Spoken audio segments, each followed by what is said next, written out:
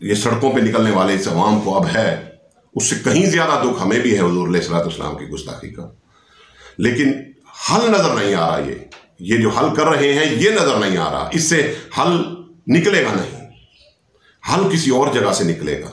قیادتوں کا حال بھی اسی طرح ہے کہ ہمارے پاس کوئی سالڈ قیادت نہیں ہے جو وقت کی نبض پر ہاتھ رکھے، اور عوام نے ان کو اپنا بنا لیا ہے، ان کو قائد بنا لیا ہے جن کو پتہ ہی نہیں کہ رستہ کہاں نکلتا ہے. قوم نے رہبر اسے بنا لیا ہے کہ جسے پتہ ہی نہیں رستہ کہاں نکلتا ہے، اور جس کو پتہ ہے قوم اس سے آنکھیں چرائے بیٹھی ہے.